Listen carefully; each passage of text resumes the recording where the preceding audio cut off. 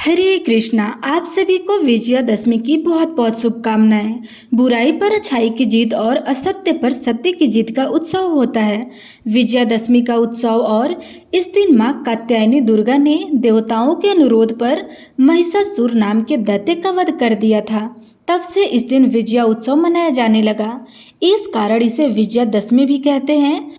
विजया माता का ही एक नाम है और यह पर्व प्रभु श्री राम के काल में भी मनाया जाता है और भगवान श्री कृष्ण के काल में भी माता द्वारा महिषासुर का वध करने के बाद से ही असत्य पर सत्य की जीत का विजयादशमी का त्यौहार मनाया जाने लगा।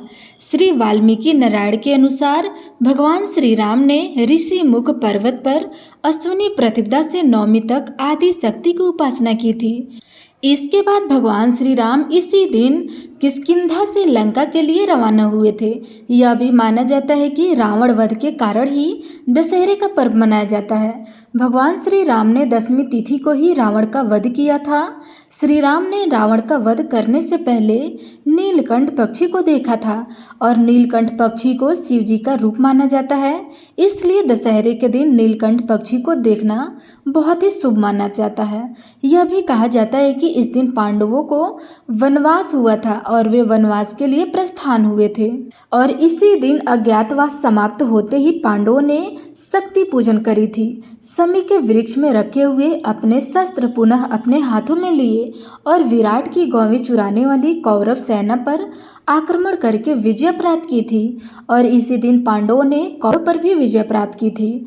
यह भी कहा जाता है कि इसी दिन भगवान शिव की पत्नी देवी सती ने अपने पिता दक्ष के यज्ञ की अग्नि में समा गई थी और माना जाता है कि दशहरे के दिन ही कुबेर देव ने राजा रघु को स्वर्ण मुद्रा देते हुए शमी की पत्तियों को सोने का बना दिया था। तभी से शमी को सोना देने वाला पेड़ माना जाता है। और यह भी कहा जाता है कि एक ब्राह्मण ने एक राजा से दक्षिणा में 1,00,000 स्वर्ण मुद्राएं मांगी थी, तो चिंतित राजा ने एक दिन का समय मांगा। राजा को स्वप्न में भगवान ने दर्शन देकर कहा कि तुम शमी के पत्ते लेकर आओ, मैं उसे स्वर्ण मुद्रा में बदल दूंगा।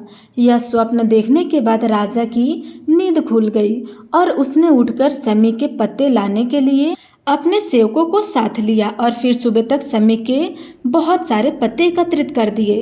तभी दिव्य चमत्कार हुआ और सारे के सारे शमी के पत्ते स्वर्ण में बदल गए। तभी से इस दिन शमी के पेड़ की पूजा का प्रचलन भी आरंभ हो गया। विजयादशमी के दिन मुख्य रूप से रावण के पुतले का दहन किया जाता है। आखिरकार रावण में ऐसा क्या था जो हर साल उसका पुतला दहन करके दशहरा का पर्व मनाया जाता है। रावण का जीवन रहस्यों से भरा हुआ था। एक तरफ तो उसके परम शिव भक्त होने की बात कही जाती है और उसे प्रकांड विद्वान ब्राह्मण भी माना जाता है और दूसरी तरफ हर साल दशहरे पर उसका पुतला फूंका जाता है। आखिर रावण का चरित्र एक विद्वान ब्राह्मण होने के बाद भी इतना दूषित कैसे हो गया कि लोग उसे घृणा भरी नज़रों से देखने लगे और हर साल उसका पुतला जलाकर दशहरे का त्यौहार मनाने लगे।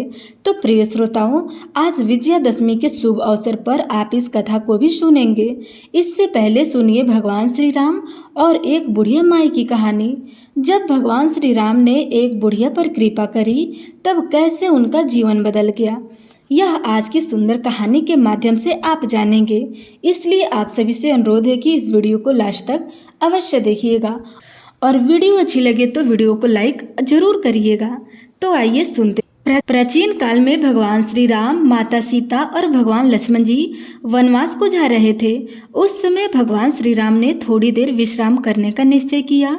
तब जहाँ पर भगवान विश्राम कर रहे थे वहीं पास में एक बुढ़िया माई रहती थी। भगवान श्री राम, लक्ष्मण जी और माता सीता जी उस बुढ़िया के घर गए। उस समय बुढ़िया सूत काट रही थी।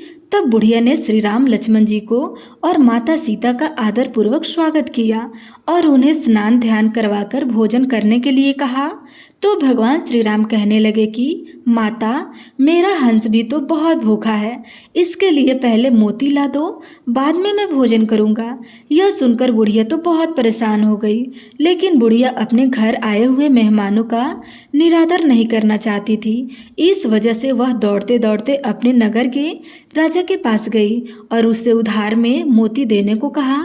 बुढ़िया की हैसियत नहीं थी कि राजा को मोती लौटा सके, लेकिन फिर भी बुढ़िया पर तरस खाकर राजा ने उसे मोती दे दिया। बुढ़िया बड़ी खुश हुई और दौड़ते हुए घर पहुंच गई और उस मोती को ला करके उसने भगवान श्री राम के हंस को खिला दिया।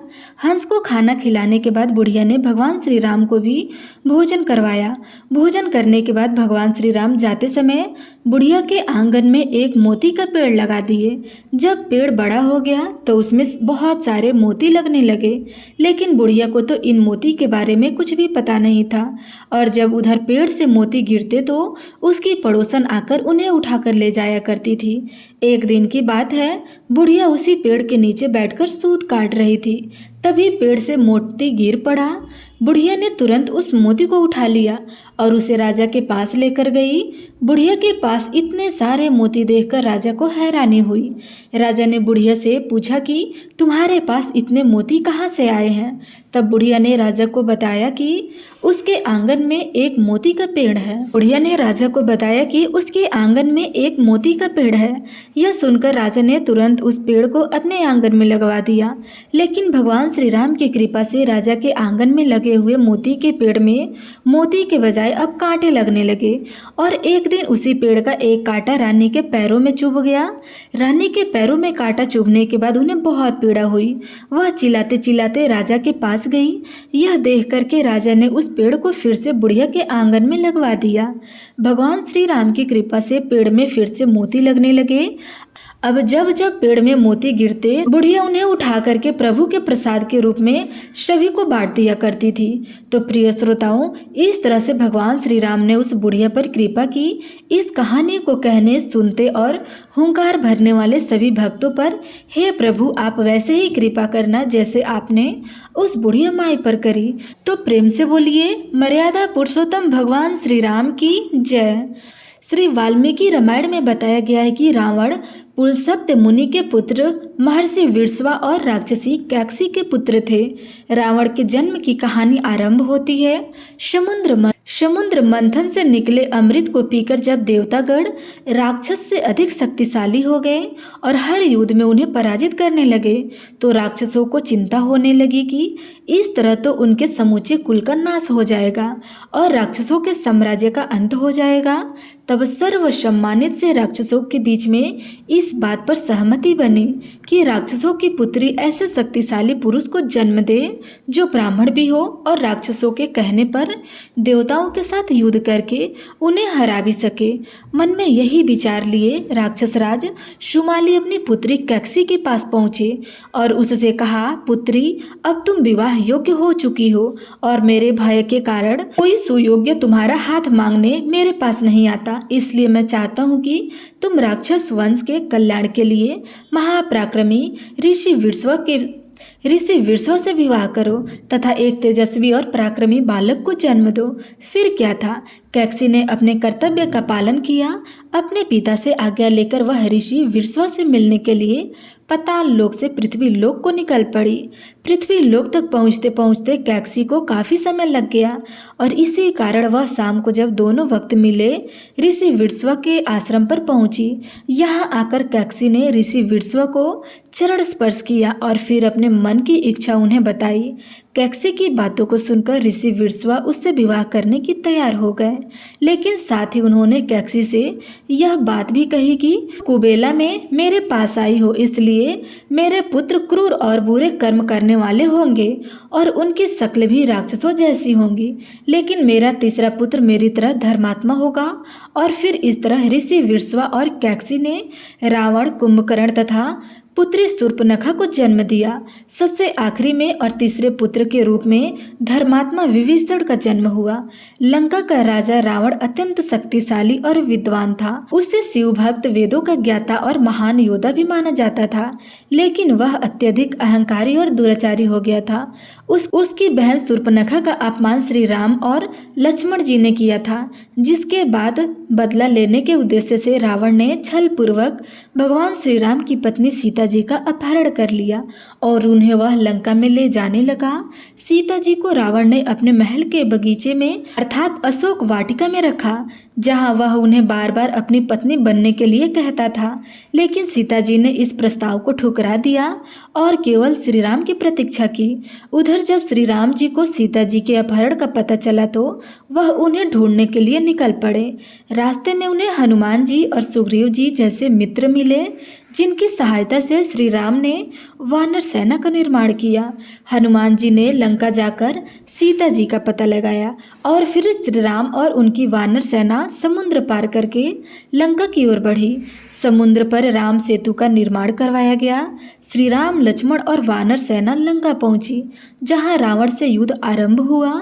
लंका पहुंचने के बाद भगवान राम और रावण की सेना के बीच भयंकर युद्ध शुरू हो गया। इस युद्ध में रावण की ओर से उसके शक्तिशाली भाई कुंभकर्ण, पुत्र मेघनाथ और लंका के अन्य योद्धा लड़े, जबकि श्री राम की ओर से लक्ष्मण, अंगद और वानर सेना थी। युद्ध में श्री राम के भाई लक्ष्मण जी गंभीर रूप से घायल हो गए थे, लेकिन हनुमान जी संजीवनी बूटी लेकर उन्हें बचा लाए। कुंभकर्ण, जो एक अत्यंत शक्तिशाली राक्षस था, उसे रावण ने जगाकर युद्ध में भेजा। वह अपनी विशाल काया से युद्ध के मैदान में आतंक मचाने लगा, लेकिन आखिरकार वह भी श्री राम के हाथों से मारा गया। इसके बाद रावण का पुत्र मेघनाथ, जो अत्यधिक मायावी था और देवताओं को भी हराने का सामर्थ्य रखता था, वह युद्ध में उतरा। मेघनाथ ने अपनी मायावी शक्तियों से लक्ष्मण को गंभीर रूप से घायल कर दिया, लेकिन लक्ष्मण अंततः उसकी छलपूर्ण चालों को विफल कर उसे मार गिराते हैं। जब रावण के सभी योद्धा मारे गए तब वह स्वयं युद्ध के लिए मैदान में उतरा। रावण के पास अद्वितीय शक्तियाँ थी। उसके 10 सिर और 20 भुजाएं उसे अजय बनाते थे। श्री राम और रावण के बीच भयंकर युद्ध आरंभ हुआ।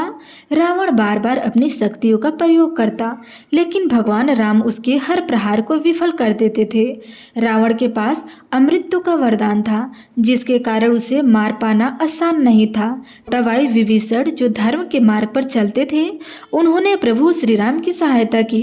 विभीषण ने श्री राम को बताया कि रावण को केवल उसकी नाभि में स्थित अमृत कुंड को नष्ट करके ही मारा जा सकता है। यह सुनकर भगवान श्री राम ने अपनी अमोघ शक्ति ब्रह्मास्त्र का प्रयोग किया और रावण की नाभि पर प्रहार कर दिया, जिससे उसका अमृत कुंड नष्ट हो गया और इस प्रकार रावण मृत्यु को प्राप्त हुआ। रावण के मरते ही युद्ध समाप्त हो गया और जिससे यह संदेश दिया गया कि बुराई पर जीत के बाद भी पराजित का सम्मान करना चाहिए। इसके बाद श्री राम ने सीता जी को बंधन मुक्त कराया और फिर विभीषण को लंका का राजा बनाया गया। रावण का अंत बुराई, अधर्म, अहंकार और अत्याचार के नाश का प्रतीक बन गया और रावण का दहन हमें यह सिखाता है कि चाहे व्यक्ति कितना ही शक्तिशाली, ज्ञानी या विद्वान क्यों न हो, अगर वह अपने अहंकार और अधर्म के कारण गलत मार्ग पर चलता है तो अंततः उनका पतन निश्चय है। श्री राम ने रावण का वध करके यह संदेश दिया कि सत्य और धर्म की हमेशा जीत होती है। यह कहानी हमें जीवन में नैतिकता, धर्म और कर्तव्य पालन की शिक्षा देती है। रावण का वध बुराई पर अच्छाई की विजय का प्रतीक बन गया और इसी कारण से हर वर्ष दशहरे के दिन रावण के पुतले का दहन कर इस दिन को विजयदशमी के रूप में मनाया जाने लगा। यह थी रावण वध की कथा। तो प्रेम से बोलिए प्रभु श्री राम की जय। प्रिय श्रोताओं, अब आपको सुनाते हैं एक ऐसी सुंदर कथा जिसे सुनने के बाद आप भी भाव विभोर हुए बिना नहीं रह पाएंगे, क्योंकि यह कथा तब की है जब भगवान श्री राम का जन्म हुआ था। नन्हे सुकुमार और कोमल से श्री राम थे। तब कैलाश पर्वत पर विराजमान भगवान शंकर को उनके अवतरण की बात पता चली। तब वे भगवान श्री राम के स्वाल रूप के दर्शन करने के लिए अत्यंत उत्सुक और ललायक हो उठे। किस प्रकार से भगवान शिव भगवान श्री राम के दर्शन करने के लिए इसी प्रकार से भगवान शिव भगवान श्री राम के दर्शन करने के लिए पहुँचे। इस अद्भुत कथा के माध्यम से अब आप सभी जानिए। एक बार की बात है, भगवान शिव और माता पार्वती कैलाश पर्वत पर बैठे हरि नाम संकीर्तन कर रहे थे। उसी समय भगवान शिव ने माता पार्वती से कहा, देवी आज मैं आपको अपनी चोरी के बारे में बताना चाहता हूँ। यह सुनकर पार्वती जी को बड़ा अजीब लगा और फिर वह बोली, आपने चोरी की, परंतु प्रभु आपको चोरी करने की क्या आवश्यकता पड़ गई थी? आपको तो जो कुछ चाहिए आप अपने आप ही ले सकते हैं। यह सुनकर भगवान शिव मुस्कुराए और बोले, हाँ मैंने चोरी की, लेकिन यह बात आज तक किसी को नहीं पता कि जब भगवान राम बाल रूप में अयोध्या जी में प्रकट हुए थे तब हम और काकभूषुंडी जी मनुष्य का शरीर बनाकर उनके दर्शन करने के लिए गए थे। भगवान शिव ने मदारी का वेश बनाया और काकभूषुंडी जी जंबूरा बन गए। खेल दिखाते हुए राजा दशरथ जी के महल में पहुंचे।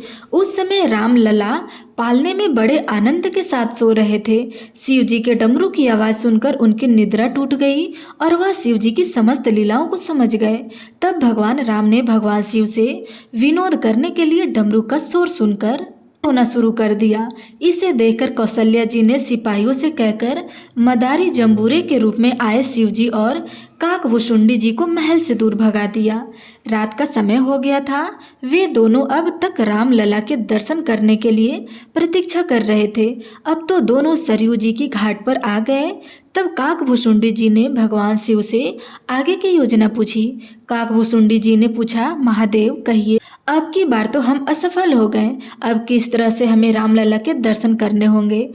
आगे का उपाय बताइए कि आगे हमें क्या करना चाहिए।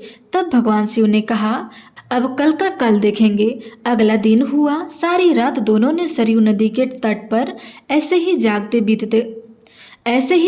बीत गए। अगला दिन हुआ तो भगवान शिव ने एक ज्योतिषी का रूप बनाया और काकभूषुंडी जी ने उनके शिष्य बन गए। उनके चेले और भगवान शिव अब दोबारा दशरथ जी के महल में पहुंचे और लोगों को उनका भविष्य बताने लगे। अभी वे सब महल के बाहर ही खड़े हुए थे कि और लोगों को बुलाकर उनका भविष्य बता रहे थे। तब शिव जी ने महल की एक दासी को अपने बच्चे के साथ वहां से जाते देखा और काकभूषुंडी जी को उसे बुलाने का इशारा किया। ज्योतिषी की तारीफ करके काकभूषुंडी जी दासी के उसके बच्चे का हाथ दिखाने के लिए शिव जी के पास ले आए। अब देखिए काकभूषुंडी जी को कैसे भगवान शिव का सहयोग कर रहे थे, कैसे उनकी बढ़ चढ़कर तारीफें कर रहे थे कि यह कितने बड़े ज्योतिषी हैं। सब लोग आइए और अपना हाथ दिखाकर अपना भविष्य जानिए। तब काकभूषुंडी जी दासी को उसके बच्चे का हाथ दिखाने के लिए शिव जी के पास लेकर गए। ज्योतिषी बने शिव जी ने उस बालक का एकदम सटीक भविष्य बता दिया। बताते भी क्यों नहीं, भगवान शिव तो अंतर्यामी है, सब कुछ जानते हैं। जब कोई ज्योतिषी हाथ देकर भविष्य बताते हैं तो कुछ न कुछ दक्षिणा तो उन्हें देनी ही पड़ती है। जब दासी ने शिव जी से कहा कि बताइए आपको दक्षिणा में क्या चाहिए, तो भगवान शिव ने दक्षिणा में बस यही मांगा कि बस किसी तरह से हमें राजमहल में प्रवेश दिलवा दो। दासी राजमाता कौशल्या के पास जाकर उन ज्योतिषी की खूब तारीफ करने लगी। इतनी तारीफ की कि तारीफें सुनकर माता कौशल्या के मन में भी अपने रामलला का भविष्य पूछने की इच्छा उत्पन्न हो गई। उन्होंने ज्योतिषी को महल के अंदर आने का आदेश दे दिया। माता कौशल्या ने ज्योतिषी के चरण स्पर्श कर आरती की, फिर उन्हें स्वादिष्ट भोजन आदि करवाया। इसके बाद चारों राजकुमार राम, लक्ष्मण, भरत और शत्रुघ्न को भी ज्योतिषी रूपी शिव जी के चरण स्पर्श करवाए। भगवान शिव राम जी का दर्शन पाते ही इतने प्रसन्न हुए कि उन्हें देखते ही समाधि में चले गए। एकदम मौन के मौन रह गए। जो हाथ जहाँ था वहीं रुका रहा। आंखें पलक झपका भूल गई। भगवान जी तो अपनी सांसें रोकर खड़े ही रह गए। बहुत सारा समय ऐसे ही बीत गया। अब यह सारी स्थिति देखकर माता कौशल्या बड़ी परेशान हो गई। तब भगवान श्री राम ने अपनी लीलाओं से सारी स्थिति को संभाला। सोचने लगे कि कहीं ऐसा ना हो माता कौशल्या को मेरे भगवान होने की बात पता चल जाए। अगर मेरी मैया को यह बात पता चल गई तब तो वह मुझे एक भगवान की तरह से मेरा ध्यान रखेंगी।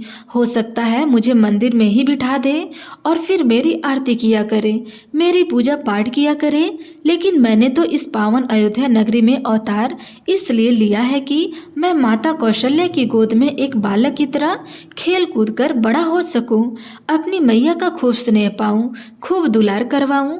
कहीं ऐसा न हो जाए कि भगवान शिव की इस स्थिति से माता को मेरे वास्तविक रूप का पता चल जाए। अब तो मुझे ही कुछ करना होगा, मुझे ही सारी स्थिति को संभालना होगा, नहीं तो भोले भंडारी तो इसी तरह समाधि में लीन रह जाएंगे।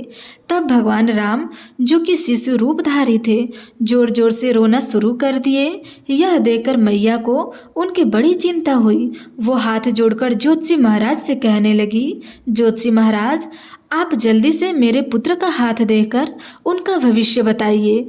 मेरा लल्ला बहुत देर से भूखा है, मुझे इसे दूध पिलाना है। देखो तो जरा मेरा लल्ला कितने जोर जोर से रो रहा है। आप जल्दी से इनका हाथ देखिए और यहाँ से जाइए। माता कौशल्या की आवाज़ सुनकर भगवान शिव वापस अपने स्वरूप में लौटे। उनकी समाधि भंग हो गई और फिर किसी तरह से ज्योतिषी बने भगवान शिव ने भगवान राम का भविष्य बताया और वहाँ से विदा ली। यह समस्त कथा भगवान शिव माता पार्वती को बता रहे हैं। सारी कथा सुनने के बाद माता पार्वती मुस्कुराने लगी, जिसे देख करके भगवान शिव बड़े आश्चर्यचकित हुए और वे देवी से पूछने लगे, क्या बात है देवी, मैंने आपको बिना बताए रामलला के दर्शन किए, आप क्रोध करने के बजाय मुस्कुरा रही हैं, इसका क्या कारण है? आप क्यों मुस्कुरा रही हैं? तब माता पार्वती जी ने उत्तर दिया, हे नाथ, अगर महल की दासी ना आई होती तो क्या आप अयोध्या नगरी के उस पावन महल में प्रवेश कर पाते? तब देवी पार्वती की यह बात सुनकर भगवान शिव सोच में पड़ गए। तब देवी पार्वती जी ने ही आगे उत्तर दिया, हे नाथ, अगर महल की दासी न आई होती तो आप उस दिन महल में प्रवेश नहीं कर पाते। प्रभु, क्या आपने अब तक उस दासी को नहीं पहचाना? और ऐसा कहने के साथ ही देवी पार्वती मंद मंद मुस्कुराने लगी। तब भगवान शिव ने जब उनकी ओर देखा तो वे सारा रहस्य जान गए। दरअसल भगवान शिव की रामलला के दर्शन की मनोकामनाओं को पूर्ण करने के लिए माता पार्वती ने ही महल की दासी का रूप धरा था और वे उनसे पहले ही अयोध्या नगरी में पहुंच चुकी थी। तो प्रेम से बोलिए प्रभु श्री राम की जय। आज की यह कथा हमारी समाप्त हुई। आज की कथा आप सभी को कैसी लगी कमेंट सेक्शन में अवश्य बताइएगा।